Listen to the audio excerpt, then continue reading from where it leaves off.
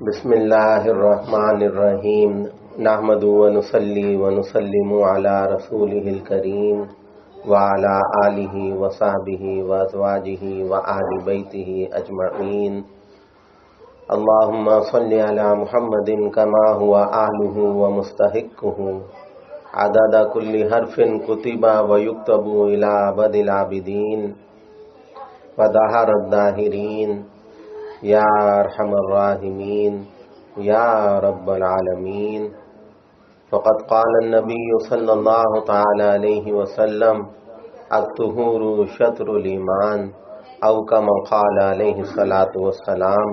درود شریف پڑھ لیجئے۔ میرے محترم دوستو بزرگوں، حق تعالی شانہ کا کرم اور اس کا احسان ہے کہ اس نے ہمیں اپنی یاد کی توفیق عطا فرمائی، اپنے حبیب و محبوب شاہ محبوبان عالم سرکار دو عالم صلی اللہ علیہ وسلم کی یاد نصیب فرمائی۔ اس نعمت کے ملنے پر حق تعالی شانہ کا جتنا بھی شکر ادا کیا جائے کم ہے۔ میرے محترم دوستو، حضور اقدس صلی اللہ تعالی علیہ وسلم نے ارشاد فرمایا، الطہور شطر الایمان، طہارت اور پاکیزگی یہ نصف ایمان ہے۔ حضور اقدس صلی اللہ تعالی علیہ وسلم نے ارشاد فرمایا کہ لوگوں، اسلام کی بنیاد اللہ تعالیٰ نے پاکیزگی اور نظافت پہ رکھی ہے۔ اسلام کی بنیاد صفائی ستھرائی پر، پاکیزگی پر ہے، اور فرمایا کہ لوگوں پاکیزگی کا اہتمام رکھا کرو، پاکیزگی کا خیال کیا کرو، کیونکہ جنت میں صرف وہی داخل ہوگا جو پاکیزہ ہے۔ تو طہارت اور پاکیزگی، صفائی ستھرائی، یہ تو ہمارے ایمان کا حصہ ہے۔ اور ہم اور آپ مسلمان جس درجے کا بھی ہو، اس کی ایک کوشش ہوتی ہے کہ میرے ظاہر کے ساتھ ساتھ میرا باطن بھی اجلا ہو جائے۔ ہوتی ہے یا نہیں ہوتی؟ میرا دل بھی منور ہو جائے، میرا ظاہر اللہ نے چمکا دیا تو میرا باطن بھی ایسے ہی چمک جائے۔ تو یہ ہر ایمان والے کی خواہش ہوتی ہے اور آرزو ہونی بھی چاہیے۔ حضور اقدس صلی اللہ تعالی علیہ وسلم نے فرمایا کہ جو ظاہری طور پر پاکیزگی اور صفائی کا خیال کرے گا، اللہ تعالیٰ اس کی روح کو بھی پاکیزہ کر دیں گے۔ تو ظاہری پاکیزگی بھی ایک مسلمان کے لیے بڑی اہم چیز ہے۔ تو حضور اقدس صلی اللہ تعالی علیہ وسلم امت کو ہدایت عطا فرما رہے ہیں کہ دیکھو، پاکیزگی کا خیال رکھا کرو۔ اسلام کی بنیاد پاکیزگی ہے، صاف رہنا، صفائی ستھرائی کے ساتھ رہنا، یہ اسلام کی بنیاد ہے۔ اور آدھا ایمان پاکیزگی کو اور صفائی ستھرائی کو حضور اقدس صلی اللہ تعالی علیہ وسلم نے قرار دیا۔ حضور اقدس صلی اللہ تعالی علیہ وسلم نے ارشاد فرمایا کہ جو شخص رات کو سونے سے پہلے وضو کر لے، بھئی وضو کر کے کہ میں پاک صاف ہو کے بستر پہ آؤں، اور ایسا کرنا بھی چاہیے کیونکہ یہ سنت ہے حضور اقدس صلی اللہ تعالی علیہ وسلم کی، ہمارے آقا کی محبوب اور پیاری سنت ہے۔ آقا جب بھی سونے کے لیے بستر پر آتے تھے، تشریف لاتے تھے، تو پہلے وضو کا اہتمام فرماتے تھے، وضو کر کے پھر سونے کا اہتمام ہوا کرتا تھا۔ فرمایا کہ جو شخص اس طرح پاک صاف ہو کر وضو کر کے سوئے گا اپنے بستر پر، تو ایسا ہے جیسے پوری رات تہجد پڑھنے والا اور اگلا دن روزہ رکھنے والا ہے۔ اب وضو کرنے میں کتنی کوئی محنت ہے صاحب، کتنا کوئی آپ کی طاقت خرچ ہو جائے گی، یا کتنے کوئی آپ کی جیب سے ڈالر خرچ ہو جائیں گے کہ آپ کہیں صاحب یہ تو مولوی صاحب نے بڑا مہنگا نسخہ بتا دیا۔ وضو کر کے پاک صاف ہو کے سونے کی عادت خود بھی ڈالیں، بچوں کی بھی تربیت اس انداز سے کریں کہ بیٹا سونے سے پہلے وضو ضرور کرنا ہے، پاک صاف ہو کے سویا جائے۔ تو کتنا پیارا اجر ہے۔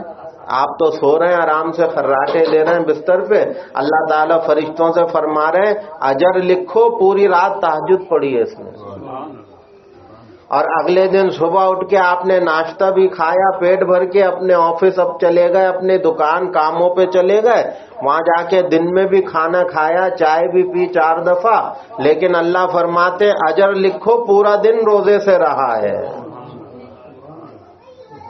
تو اب چھوٹا سا عمل ہے لیکن کتنا اجر اللہ پاک عطا فرما رہے ہیں۔ تو یہ مثال میں نے اس لیے دی تاکہ سمجھ آئے کہ پاکیزگی، صفائی ستھرائی یہ کتنی اہم چیز ہے۔ اللہ کو یہ عمل کتنا پسند ہے کہ سونے سے پہلے وضو کا اہتمام کر لیا، آپ دیکھیں کتنا پیارا انعام مل رہا ہے، پوری رات کی تہجد، اگلے پورے دن کا روزہ، یہ اجر مل رہا ہے۔ اور فرمایا کہ ایک فرشتہ آپ کے سرہانے کھڑا رہے گا پوری رات۔ اب انسان ہے، نیند میں کروٹیں بھی بدلے گا، کبھی ادھر کبھی ادھر، جب آپ کروٹیں بدلیں گے اور کروٹ تبدیل کریں گے، یہ فرشتہ آپ کو دعا دے گا، اللہم اغفر لہ فإنہ بات طاہرا، اے اللہ اس کی بخشش کر دے کیونکہ یہ باوضو ہو کے سو رہا ہے۔ اب کتنا بڑا انعام ہے، کتنے بڑے بڑے اجر اللہ تعالی ارشاد فرما رہے ہیں، صرف پاک صاف ہو کر باوضو ہو کر سونے کا یہ اجر ہے۔ پوری رات فرشتہ ہمارے سرانے کھڑا ہے اور ہمیں دعا دے رہا ہے کہ پروردگار اس کی بخشش فرما دے، یہ تو وضو کر کے پاک صاف ہو کے سو رہا ہے۔ تو کتنی پیاری بات ہے۔ اور ایک حدیث میں آتا ہے کہ جب ہم سو جاتے ہیں نا تو ہماری روحیں اللہ کی بارگاہ میں پیش کی جاتی ہیں، سب کی روحیں اللہ کی بارگاہ میں پیش کی جاتی ہیں، اور عرش الہی پہ جا کر ہر روح کی یہ تمنا خواہش ہوتی ہے کہ میں سجدہ کر لوں، لیکن فرمایا کہ سجدے کی اجازت صرف اسی روح کو ہوتی ہے جس کا جسم والا وضو کر کے سویا ہو۔ اب آئی سمجھ میں بات؟ اور جو وضو کر کے نہیں سویا اس کو عرش تک وہ چلا تو جائے گی اس کی روح، لیکن سجدے کی اجازت نہیں ملے گی کہ تیرا تو وضو ہی نہیں۔ تو کیسے بڑے بڑے انعام اللہ تعالیٰ عطا فرما رہے ہیں۔ حضور اقدس صلی اللہ تعالی علیہ وسلم کی سنتوں کو سیکھنا، آپ کی مبارک سنتوں پہ عمل کرنا کتنا بڑا عمل ہے۔ چھوٹی سی محنت، تھوڑا سا عمل، لیکن اجر و ثواب کے دریا اللہ نے بہا دیے اس امت کے لیے۔ اور فرمایا کہ یہ بھی میں عرض کرتا چلوں ہماری ماؤں بہنوں کے لیے، ہر آدمی یہ چاہتا ہے کہ اسے خوشحالی نصیب ہو، اس کے گھر میں برکتیں ہوں، اس کی روزی روٹی میں خیر ہو، اللہ تعالیٰ اضافہ فرمائے۔ چاہتے ہو یا نہیں چاہتے؟ بھائی ہر آدمی چاہتا ہے نا، اور یقیناً ہر عورت بھی چاہتی ہوگی کہ اللہ ہمارے گھر میں جو کچھ بھی ہمارے مقدر کا آ رہا ہے، ہمارے مرد کما کے لا رہے ہیں، اللہ اس میں برکت دے دے۔ ہر عورت بھی یہ چاہتی ہوگی۔ حضور اقدس صلی اللہ تعالی علیہ وسلم نے فرمایا کہ اگر تم یہ چاہتی ہو، یہ عورتوں سے خطاب ہے، کہ اگر تم یہ چاہتی ہو کہ تمہارے گھر کے مال میں، رزق میں خیر و برکت ہو، تو دیکھو کبھی بھی گندے برتن یوں ہی نہ چھوڑ دینا، ہاتھ کے ہاتھ دھو کے رکھنا، اور کبھی بھی تمہارے گھر میں، صحن میں کبھی بھی کچرا دکھائی نہ دے، صفائی کا اہتمام رکھنا۔ یہ 2 کام جو عورت اپنے گھر میں رکھے گی، اللہ اس گھر میں کبھی روزی روٹی کا گھاٹا نہیں ہونے دیں گے۔ بات آئی سمجھ میں؟ تو یہ خواتین کے لیے ہدایت ہے آقا کی۔ اب ہمارے ہاں تو اللہ معاف کرے، سب اپنے اپنے گھروں کا حال جانتے ہیں۔ صبح کے برتن پڑے تو شام ہو گئی، جب موبائل سے بیگم صاحبہ کو فرصت ملے گی تو دھل ہی جائیں گے۔ کیوں جی؟ ایسا ہی نہیں، جب موبائل چھوڑے گا جان تو برتن بھی دھل ہی جائیں گے۔ کون سی قیامت آ رہی ہے؟ اب میاں صاحب نے زیادہ کہہ دیا تو تم دھو لو، تمہارے ہاتھ ٹوٹے ہوئے کیا؟ یہ والی سنت ساری بیویوں کو یاد ہے کہ بیوی کا ہاتھ بٹانا بھی تو سنت ہے، تو بالکل ہونا چاہیے، میں بھائی انکار تو نہیں کر رہا، لیکن خواتین کی تربیت آقا فرما رہے ہیں، یہ نہیں کہ صاحب صبح کے برتن رات تک پڑیں اور رات کے برتن صبح اٹھ کے دھو لوں گی، نہیں، کبھی تمہارے گھر میں برکت داخل نہیں ہوگی۔ برتن اسی وقت دھو دھا کے آپ، ٹھیک ہے، پھر جو آپ نے کام کرنا ہے، جھاڑو دینی ہے، صفائی کرنی ہے، یہ تھوڑی کہ صاحب کچرا پڑا ہے ادھر ادھر، بے ترتیب گھر ہو رہا ہے اور گھر کی عورت کو پرواہ کچھ نہیں۔ تو فرمایا دین کی بنیاد تو صفائی ستھرائی ہے، نظافت ہے، پاکیزگی ہے۔ تو جو خواتین چاہتی ہیں کہ ان کے گھروں میں خیر و برکت رہے، ان کی شوہروں کی، ان کے مردوں کی آمدنی میں برکتیں ہوں، تو وہ اس چیز کا اہتمام کریں، کبھی گندے برتن کھلے ایسے ہی نہ چھوڑیں، ہمیشہ دھو کے اس کو رکھیں ترتیب سے۔ اور پھر یہ بھی ایک حکمت اس میں بتائی گئی کہ وہ جھوٹے برتنوں میں پھر شیاطین آ کے گھسیں گے، اور پتہ نہیں آپ کو پتہ ہو یا نہیں ہو، چلیں بات آ گئی تو آپ کی معلومات میں بھی اضافہ ہو جائے گا۔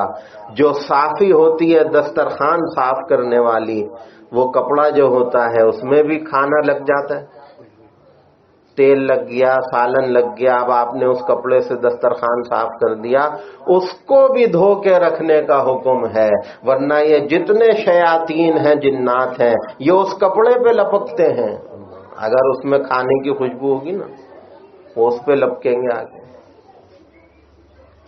آپ کے برتن جو ہے ظاہر ہے ناپاک ہو جائیں گے، جنات شیاطین اپنے اثرات چھوڑ کے جائیں گے۔ تو یہ ساری باتیں نبی کریم صلی اللہ تعالی علیہ وسلم کس کے بھلے کے لیے بتا رہے ہیں؟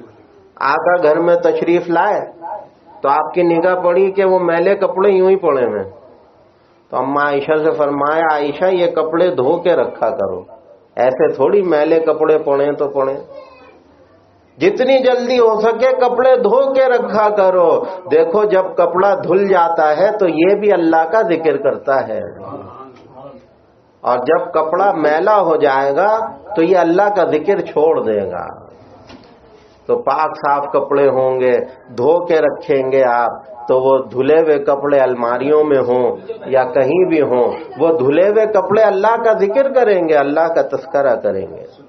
تو کپڑے بھی دھو کے رکھنے کا حکم ہے، یہ نہیں ہمارے یہاں تو اب فیشن چل پڑا ہے ماسیوں کا کہ جی ماسی ہفتے میں ایک دفعہ آتی ہے، تو کیا کہ وہ پورا ہفتہ ماسی کے انتظار میں کپڑے میلے یوں ہی پڑے رہیں گے، تو کتنا بڑا نقصان ہے۔